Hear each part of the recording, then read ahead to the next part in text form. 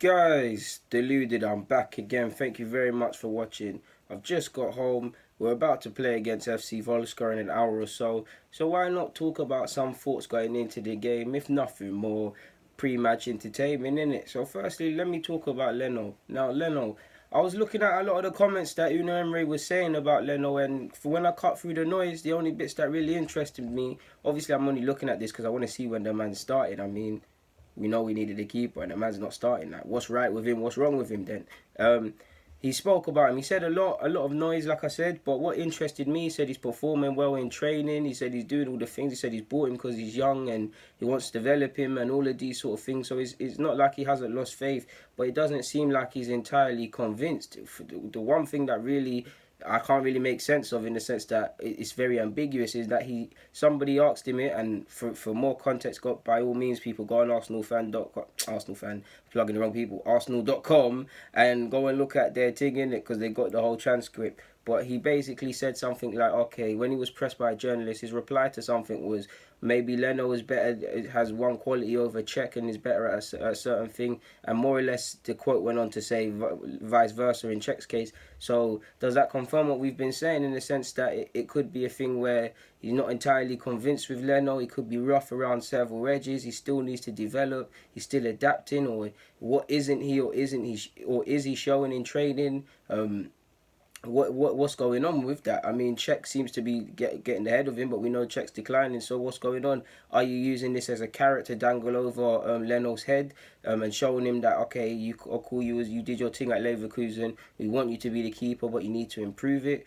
Another telling thing that really got me as well is he said he spoke to Javi Garcia, the goalkeeping coach, and he believes it's kind of time to give him games. In fact, he kept alluding to that slyly, saying it's the best time is to play games and play matches and these sort of things. So maybe he needed an adaptation period, and we know Emery's data heavy and stuff. Maybe there's something he isn't showing, which to me is slightly concerning, because you look at ball playing and things like that. This seems to be his attribute that stands out the most, and what Unai Emery wants to implement. So if you've got a keeper like that and you don't want to bring him in, and you concede that maybe it's not because of the ball playing, for whatever reason, Czech, you'd rather concede that you proceed with Czech, who's still trying to earn a new deal of his own, then your new keeper, then there's something wrong as well. But me, it sounds like it's promising. He spoke and he's G'd him up. He said he's got quality. He said he's a good player.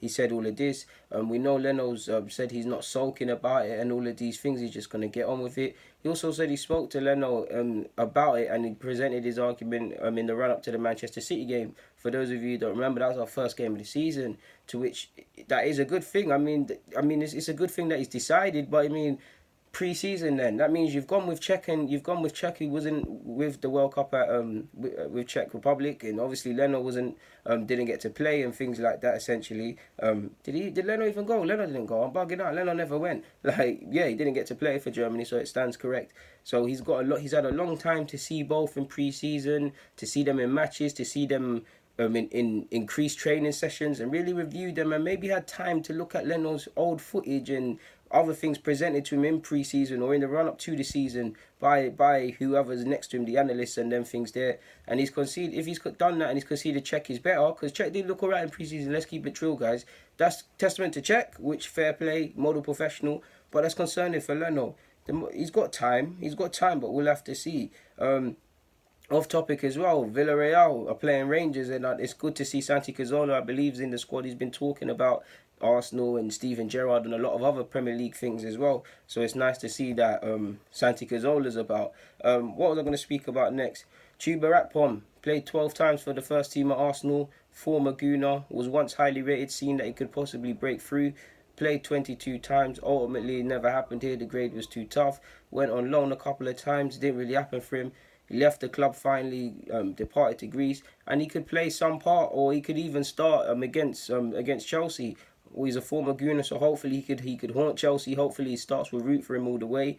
Not too sure if he starts, because when I looked at his data, I haven't watched a single bit of footage of him recently playing for his new club. But I'm looking at it. He's played 47 minutes in total for his new club in the 5 or 6 appearances. He got 2 minutes here.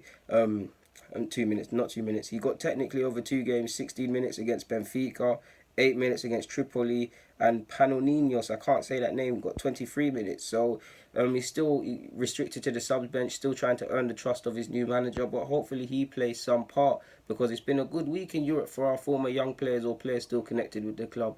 Akpom could do that. Obviously, Daniel Marlon, they lost 4-0. His new club, PSV, they lost 4-0 to Barcelona. But it was nice to see him come on the pitch, and he was a big reason as to why I actually watched that game. It's nice to see he come on the pitch. Obviously, he came on the pitch when the result was done and couldn't really do anything. But it's nice to see. If he stayed at Arsenal, would Would he be on the pitch playing against Nou Camp? Would he be on the pitch playing against Vorskla? Would he be on the pitch playing against Barcelona at the Nou Camp, not for Nou Camp, like I just said? But yeah, like there's that.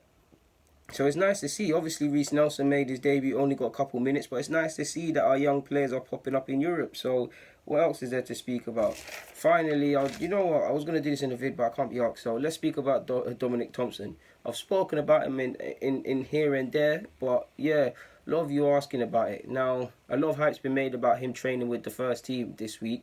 That's not his first time there, but credit to him. I mean, it shows he's doing well. I'm not too sure if he can make it at Arsenal. It's a big ask. I'd love to be proved wrong, but what I like about him, he's a steady Eddie. He remains rigid and compact to his task. He's a pest of a fullback. He's not over aggressive. He's not none of them things. But if he's got a winger to mark, the winger must get annoyed, because he's always there. He's like a fly on the ceiling. He's always there to get a nip in, put a toe in. He's decent. He's actually decent going forward. He's not going to let the team down in that regards. He's a very humble footballer. He does his job. He sticks to his task.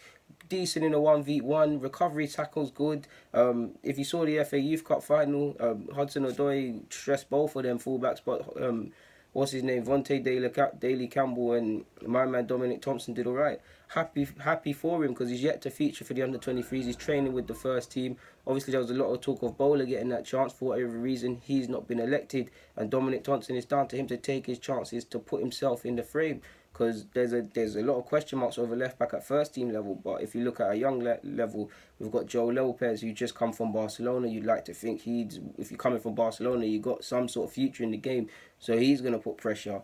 You could also put Liechtenstein there before you even play Dominic Thompson there, so we don't know if he'll play. All depends on if Monreal plays both 2 games in a week.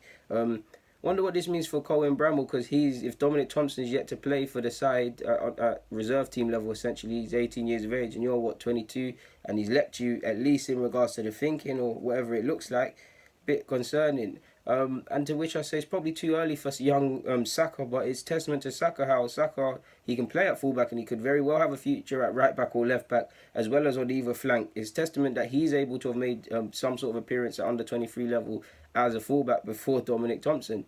Now, could Dominic Thompson not have played against Blackburn because he's going to feature at some point in the Europa League? I don't know, because it looks like Emil Smith might play and Nketiah might play. Hopefully, I'm not too sure if Joe Willock will have an appearance, but he's done all right in the initial start to the season, so it'd only be right if he's not involved in this, be involved against Brentford on the 25th or so, 24th or so.